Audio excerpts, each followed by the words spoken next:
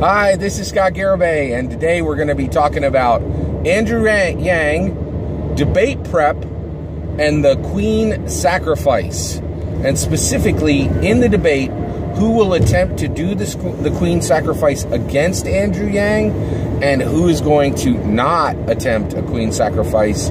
And, you know, going forward, the debate will be different with those different 2020 U.S. presidential primary Democrat candidates. All right, so let's talk a little bit about what the Queen sacrifice is. Actually, first let me just do a little bit of prep. So basically, I am very concerned. Actually, I'm very excited about the debates that are coming up. I think they're a huge opportunity for Andrew Yang. They're an opportunity for him to surge forward, to get major name recognition, especially if he can do kind of a Greek slam against, if he can just do like a full-on roundhouse kick against one opponent or more, right? He really needs to flashily kind of decimate a few of these opponents. I think it's important, and he's really going to need to perform well in the debates. Now, fortunately, I think Andrew Yang is perfectly and probably best suited to perform well in the debates. And the reason why is, one, I think he's going to be heard, right? So he's going to be heard because he's not a Washington insider. The Washington insiders are going to, they think they're going to have a good, they think they're going to be well prepared for the debate. The Washington insiders like Elizabeth Warren, like Joe Biden, they're going to have, like Kamala Harris, they're going to have the absolute worst time in debate because they have that political patois. They have that, you know, I'm used to being listened to. You already know my answer before I say it. Like, they're just like so old and tired from the way they speak in that Hollywood, in that, excuse me, Washington insider, political patois. It's so worn out. None of them realize it. None of them realize that it's a terrible problem, right? And it's just, it's going to, you know, where Andrew Yang, he doesn't have that. He just talks like a regular American, right? And the reason why is he is a regular American. Like, he hasn't spent decades in Washington in these, you know, intellectual roundabouts, you know, just do-si-doing around the same nonsense, talking about them in the same ways with people who are paid to listen to you, right? You know, aides, reporters, like other, excuse me, people who give you money, like PACs, the whole nine. It's just a whole thing, right? So I think he's really, really, so one, he's going to be able to be heard. Two, he has a very raw, powerful, high intelligence, right? It's an adaptable intelligence. He's creative. He can think on his feet. And get this, his answers are 100% genuine. He can actually use answers that come out of his brain rather than, oh, wait, what donor told me to do what? What do I have to remember to say here? Like, yeah, you know, so he's like perfectly positioned to absolutely crush in the debates. And he needs to crush. He needs to really get his name out there and get some name recognition. And nothing's going to do that better than a swift roundhouse to the face, figuratively, to one or more candidates, right?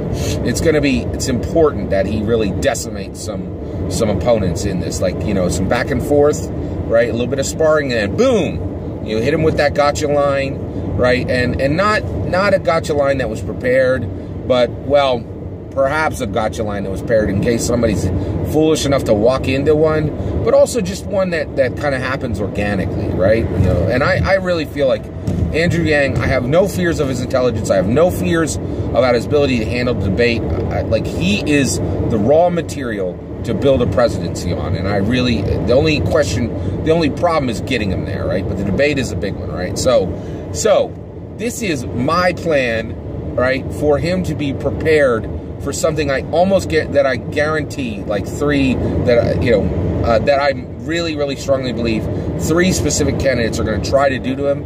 And if he knows it coming in, he can be prepared for it. So I'm going to sit this here. I'm going to sit this debate prep suggestion. I'm going to sit this right here for Andrew Yang and his team to use for the debate prep. So let's talk about the Queen sacrifice. All right. I'm a big chess enthusiast. I've played well over 1,000 games of chess over the board, and I absolutely love chess. I'm a huge chess fan. I belong to the Franklin Mercantile Chess Club in Philadelphia, PA. Like I said, I play over the board. I play online. I'm a ranked player, and I absolutely love it. Now, I'm not the highest ranked, but I really, really love chess, all right? Now, I do something called the Queen Sacrifice, all right? So let's talk about the Queen Sacrifice. So the Queen Sacrifice is something I do in chess that needs to be understood because it's going to happen. It is absolutely going to happen in the debate. And I'll explain to you why. All right, so the Queen Sacrifice is you set up a few moves in the beginning. You move your pawns into position, your 2 center pawns. You move them up, right? And what you're trying to do is you're trying to open up a file where your queen can go directly to the queen. At the beginning of the game in chess, the queens are directly opposite each other, right? And so basically, if you can open up a file, you can attack your opponent's queen. Doesn't matter if you're on black or white. You can do it on either side, right? You could bring your queen up, and you could take the other person's queen early game, like first 4 or 5 moves, right? And what can happen is you can take the other person's queen, and then the only move that opponent has is to take your queen with their king. The moment your opponent early game takes your queen with their king, what it means is they can no longer castle. Castle is one of the best moves in chess. Almost every major chess player is waiting to use their castle. It's a really unique, it's a unique maneuver, right? Many novice players don't even know about castle, right? But every serious chess player knows about castle, and it's important, right? So basically, when you do a queen sacrifice, you accomplish 2 things, right? You deny your opponent a castle.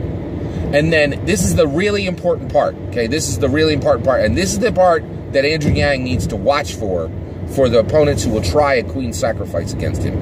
When you queen sacrifice, you instantly lower the complexity of the game by factors.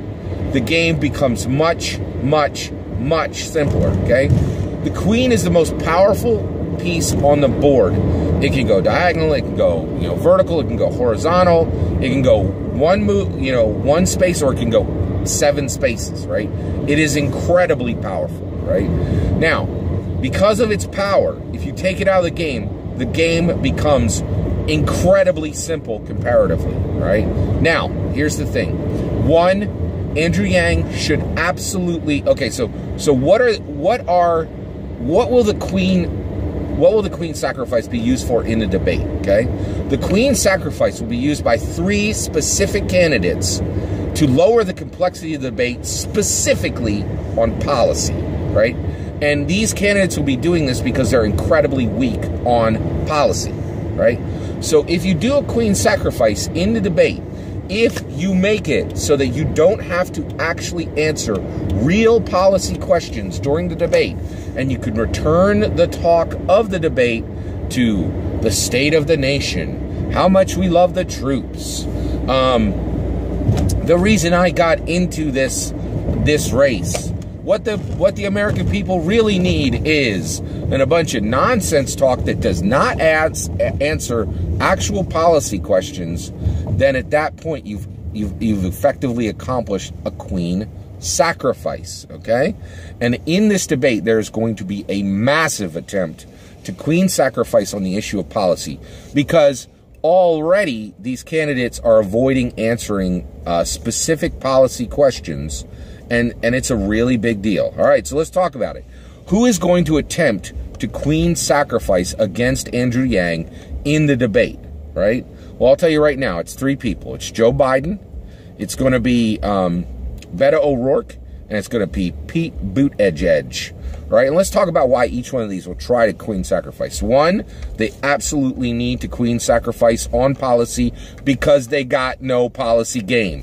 Their policy game is trash, every single one of them.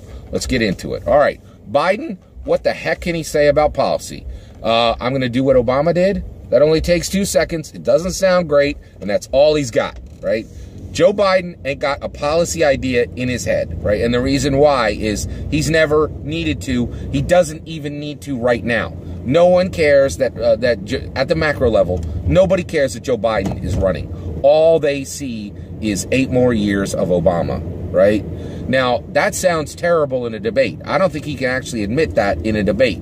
And so he needs to queen sacrifice and talk a lot of nonsense about what he hopes for the future and how much he cares for the American people. And like, there'll be a whole bunch of spin and not a lot of policy answers. And the reason why is Joe Biden ain't got no policy. He didn't even care to get into the election until like way late, right? Excuse me. All right, let's move on to Beto O'Rourke. Beto O'Rourke. Beto O'Rourke on policy is quite laughable. He clearly has no policy. So why does Beto O'Rourke not have policies?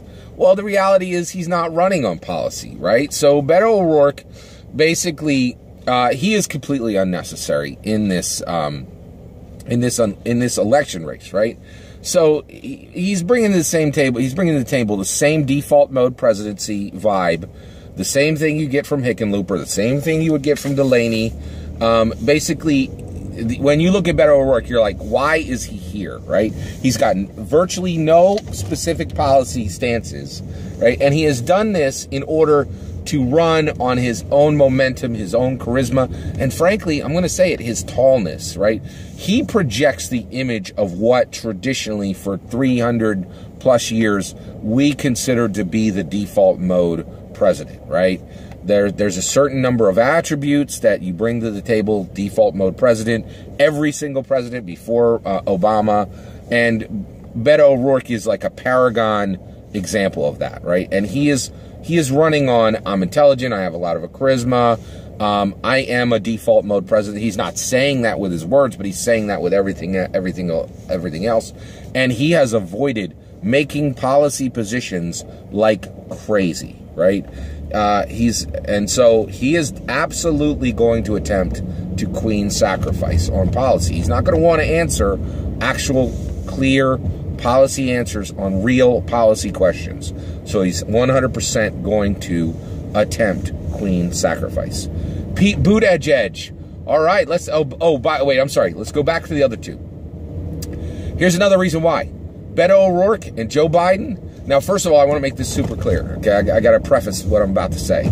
There's no one dumb in running for president. Every single one of the 21 candidates are intelligent people, right?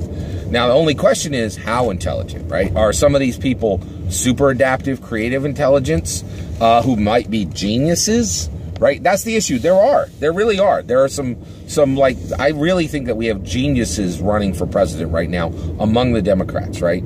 Absolutely none of them are dumb in any way, right? But this is an issue like, so we didn't talk about this. Why do I do queen sacrifice all the time when I play?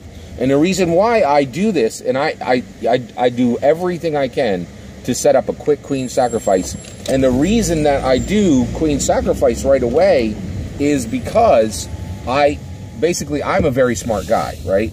But in chess circles, not so much, right? In chess circles, I play with people in Germany, people in Russia, people in Israel, like people all over the world, right? Like, and these are some of the smartest people in the world, right? And in those areas, frankly, I need to reduce the complexity of the game. And that's exactly the same for Beto O'Rourke and for Joe Biden. Those guys are smart, but they're not even remotely close to Andrew Yang smart. That guy is an American tech entrepreneur, billionaire, right? Like, so it basically, I'm sorry, he's an American tech entrepreneur, right? I'm not sure if we know exactly where people fit as far as what they have as money-wise, nor do we need to. Anyway, go ahead. He's definitely a millionaire.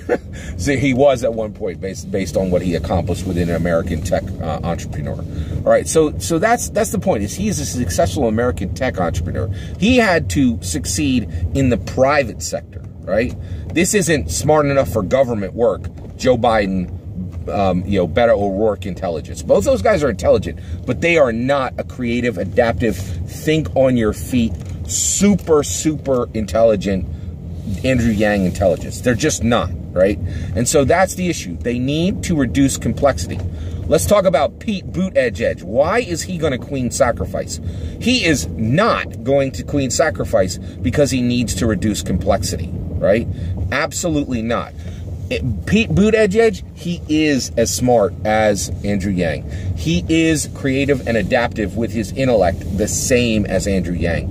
He is a major competitor. Pete Buttigieg is a major competitor. So why is Pete Buttigieg going to do a queen sacrifice? It's a really good question. Here's why, okay? One, Pete Buttigieg is like a candidate puppy, right? Like the press just loves him. Everything he does, you know, the press looks at it like it's a puppy corgi spinning around, twirling its tail. Like, Pete Buttigieg is the absolute pinnacle candidate for intellectual left, Upper East Coast American reporter. That is his demographic, right? You are going to have an incredibly hard time selling Pete Buttigieg, right, to somebody in the Rust Belt who owns a Ford F-150 and eats cheeseburgers, right? Like, it ain't, you know, we ain't gotten there with Pete Buttigieg, right? And so that's the issue, is he crushes it with all these reporters, and the media absolutely loves Pete Buttigieg. Well, guess one of the reasons why they love Pete Buttigieg? Because he's acting like a candidate puppy, right? Everything he does is adorable, and it's all smiles, right? But see, one of the ways you do that is you do an Aaron Burr. Aaron Burr is the guy who shot Alexander Hamilton. And one of the things he said is, don't tell people where you stand until you absolutely have to. And that's exactly what Pete Buttigieg is doing. He has not had sound, specific policies, and the reason why is, guess what? People don't see you as a spinning corgi puppy when you're saying, oh, you know, like, if a cute corgi puppy goes, you know, if you look at a cute corgi puppy and it's spinning around and his tail is going, right, you're like, oh, look at that puppy. And then if somebody says that puppy is super pro-gun, right, you're like, wait, what? You know, and see, that's just it. And that's not a policy that Pete Buttigieg stands for, right? But that's just it. Nobody knows what policies Pete Buttigieg stands for, because he's Aaron Burring it. He's playing the candidate puppy, right? He's just running around doing cute things and, you know, just making himself adorable for the media, and he gets to continue to do that as long as he doesn't stand for anything clear, right? Pete Buttigieg is a great candidate. He is a major competitor, but he has purposely made himself a blank slate as far as policy, so that he doesn't have to take the slings and arrows that it costs when you actually have to answer real questions, right? And so that is the issue. And I think it's really fascinating. And the reality is, he is absolutely going to queen sacrifice, all right? Now, it's important that Andrew Yang recognizes that and knows that coming in, because he can do his debate prep and make sure that they're not able to queen sacrifice. He can prepare lines and sentences and little intellectual traps for them. You know, he can lay mines for them, like, it's, you know, figuratively. And that, you know, that's important. Now, who is not going to queen sacrifice? Who's going to be able to go toe for toe with Andrew Yang right out of the gate, because they're creative, intelligent, and they're willing to talk policy, right? Like, who is like, forget queen sacrifice. I will play you with queens in the most complex game possible. Let's do it, right? One candidate. Elizabeth Warren is dead on, ready to do queen on queen action, right? Full complexity game, right? Against Andrew Yang. I really think Elizabeth Warren, like no other candidate, understands policy and is willing to discuss it, and has the creative, adaptive intellect that Andrew Yang has. She is also a genuine threat, and it should be recognized she will never queen sacrifice, and she will face him at the highest complexities in the debates, right? Amy Klobuchar, more than willing to not queen sacrifice. She is very strong on policy, very, very strong on policy, but she doesn't have that creative, adaptive intelligence that that Andrew Yang does. Again, I just want to repeat, there's every single one of these candidates are intelligent, but they don't have that creative, adaptive, high spin, that turbo spin that Andrew Yang has, that ability to really answer things on the fly, and that intellectual desire to keep the complexity high. I'm super hyped for these upcoming debates. Leaving this here for Andrew Yang and his team. I hope they that they find this informative and that this helps them get ready. Go Yang all the way to the White House. Please consider liking and subscribing, and have a wonderful day.